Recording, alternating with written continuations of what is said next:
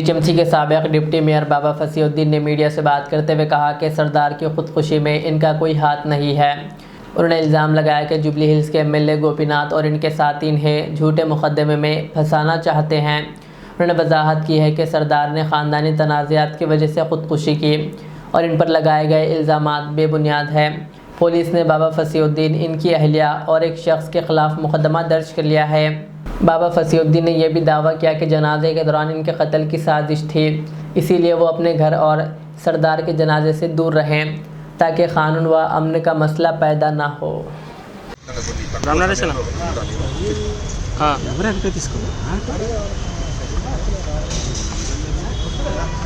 అదేవిధంగా ఈరోజు ఎలక్ట్రానిక్ మరియు ప్రింటింగ్ మీడియా సభ్యులకు అందరికీ నా తరఫున తెలంగాణ తరఫున వందనాలు, అభివందనాలు. అయితే గతంలో ఒక వారం రోజుల క్రితం వెనస్డే రోజు రాత్రి నా సహోదరుడు, నా తమ్ముడు సర్దార్ ఎస్ఆర్టీ నగర్ వాసి చనిపోవడం జరిగింది. అది యాక్సిడెంటల్ డెత్, సూసైడ్ అని పోలీస్ దానిపై విచారణ చేస్తుంది. అయితే ఏది ఏమైనప్పటికీ సర్దార్ మరణం నా ఆత్మను, నన్ను చాలా శోభించే విధంగా చేయడం జరిగింది. ఎందుకంటే సర్దారు నాకు చాలా దగ్గరవాడు. సర్దార్ తమ్ముడు నాకు చాలా మిత్రుడికైనా, ఒక తమ్ముడికైనా ఆత్మీయ బంధము నా తమ్ముడు. ఆ రోజు జరిగిన వెంటనే తెలవగానే సర్దార్ ఇట్ అయింది, నీలిమా హాస్పిటల్ వెంటనే యాక్చువల్గా నాకు సైనాస్ సంబంధించి ఆపరేషన్ కోసం డాక్టర్తో అపాయింట్మెంట్ తీసుకుని విజయ డయాగ్నోస్టిక్ సెంటర్లో 6 టెస్టులు చేయించుకుంటుంటే వెంటనే నాకు తెలిసింది సర్దారు నీలిమా హాస్పిటల్ ఇంటికి మీద పడిపోయాడు.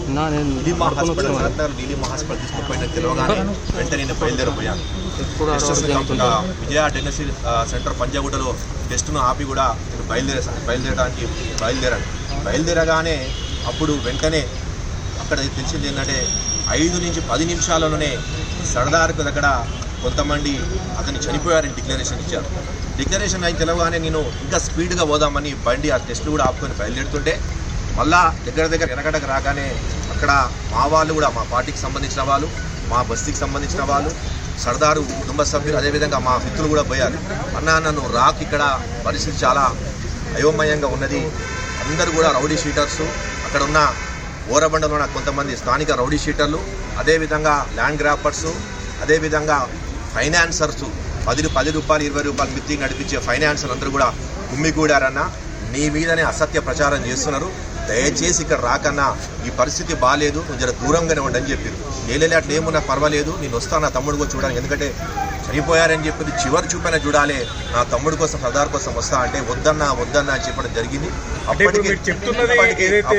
అప్పటికి నేను దగ్గర పోయడం ప్రయత్నం చేసిన, కానీ అసాంఘిక శక్తులందరూ కూడా అక్కడ చేరుకొని నన్ను రానియకుండా మొత్తం అడ్డుకునే ప్రయత్నం చేశారు. అదే లా అండ్ ఆర్డర్ కంట్రోల్ ఉండాలని చెప్పి వెనక తగ్గాను. అదే సమయంలోనే ఒక కొత్త వాతావరణం సృష్టించి స్థానిక ఎమ్మెల్యే మాగంటి గోపీనాథ్ ఆ యొక్క ఆత్మహత్యను లేకపోతే యాక్సిడెంట్ తెలియదు కానీ దాన్ని మొత్తం చిత్రీకరించి శివ రాజకీయాలు చేసే విధంగా సర్దార్ మరణానికి నేనే కారణం అన్నట్టు సృష్టించడం జరిగింది. అప్పటికి కూడా మళ్ళీ అక్కడి నుంచి బాడీని తీసుకోపోనీకుండా, మీరు చూస్తే టీవీలో క్లిప్పింగ్ క్లియర్ కనబడుతుంది.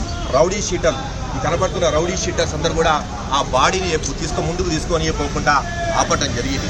అప్పటికి బాధపడ్డా. వాళ్ళ నెక్స్ట్ డే అయినా పొద్దునైనా శివయాత్ర చివరి అంతిమ యాత్ర పోదాం అనుకున్నారు.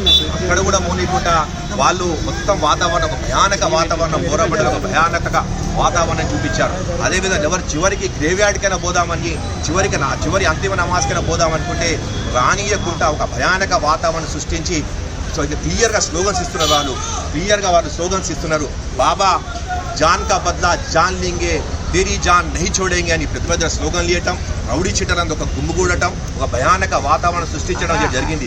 దానికి అప్పటికి భయపడి అక్కడ లా అండ్ ఆర్డర్ ఇబ్బంది కలవద్దని చెప్పి నేను దూరం అయిపోయాను. దాంట్లో భాగంగానే మా ఇంటిపైన దాడి చేసే ప్రయత్నం కూడా చేశారు. మా ఇంటిపైన, ఎందుకంటే రోడ్ సైడ్లో మా ఇల్లు ఉంటుంది కాబట్టి ఇంటిపైన దాడి చేసే ప్రయత్నం కూడా చేశారు. అప్పటికి అక్కడ కుట్ర పన్ని నన్ను చంపుదామని కూడా ప్రయత్నాలు చేస్తున్నప్పుడు మా బిల్డింగ్లకు చేసి చంపుదామనే ప్రయత్నం చేశారు. ఏది ఏమైనప్పుడు కూడా సర్దార్ నా తమ్ముడి లాంటి వాడు చనిపోవటం చాలా బాధాకరమైన విషయం. ఆడ చివరి చూప కూడా చూడకుండా దుష్ట రాజకీయాలు మాగంటి గోపీనాథ్ చేయడం జరిగింది. ఎందుకంటే దాదాపు సర్దార్కు నాకు విడలియని బంధం. అయితే నా తమ్ముడు చివరి చూపున చూడకుండా కుట్ర రాజకీయాలు శవ రాజకీయాలు చేయటం చాలా బాధాకరమైన విషయం. ఎందుకంటే అతని చివరి చూపుగా చూసుకుందామని నేను పూర్తి ప్రయత్నం చేస్తున్నప్పుడు కూడా అక్కడ ఉన్న పోలీస్ శాఖ వాళ్ళు కూడా ఇక్కడ లా అండ్ ఆర్డర్ ప్రాబ్లం కావచ్చు, సార్ మీరు కొద్దిగా దూరంగానే ఉండండి, ఇక్కడ అంతా కూడా అన్సోషల్ ఎలిమెంట్స్ వచ్చేసినాయి, వాళ్ళు ఏదో ప్రయత్నం చేసబోతుందని చెప్పి అట్లు నా ఇంట్లో నా భార్య మీద కూడా కేసు పెట్టడం, అదేవిధంగా నా ఇంటి మీద దాడి చేసే ప్రయత్నం చేయడం, బిక్కుబిక్కున చూడటం, బోరబండ అంతా కూడా ఆ బోరబండ వాసులు 10 మంది ఉంటే 90 మంది కూడా రౌడీ షీటర్ల నుంచి అక్కడ ఉన్న ఫైనాన్సర్ల నుంచి ముఖ్యంగా మాగంటి గోపీనాథ్ ప్రవేశపరించి అక్కడ మాపును బిల్డప్ చేసి నా మీద దాడి చేసే ప్రయత్నం చేయడం. ఇది ఏమో దాడిగా సిద్ధంగా ఉన్నా కానీ చివరిగా నా తమ్ముడు సర్దార్ యొక్క చివరి చూపు చూద్దానికి కూడా నన్ను చివరి చూపు చూడనీయకుండా చేయడం జరిగిన బాధాకరం ఉంది.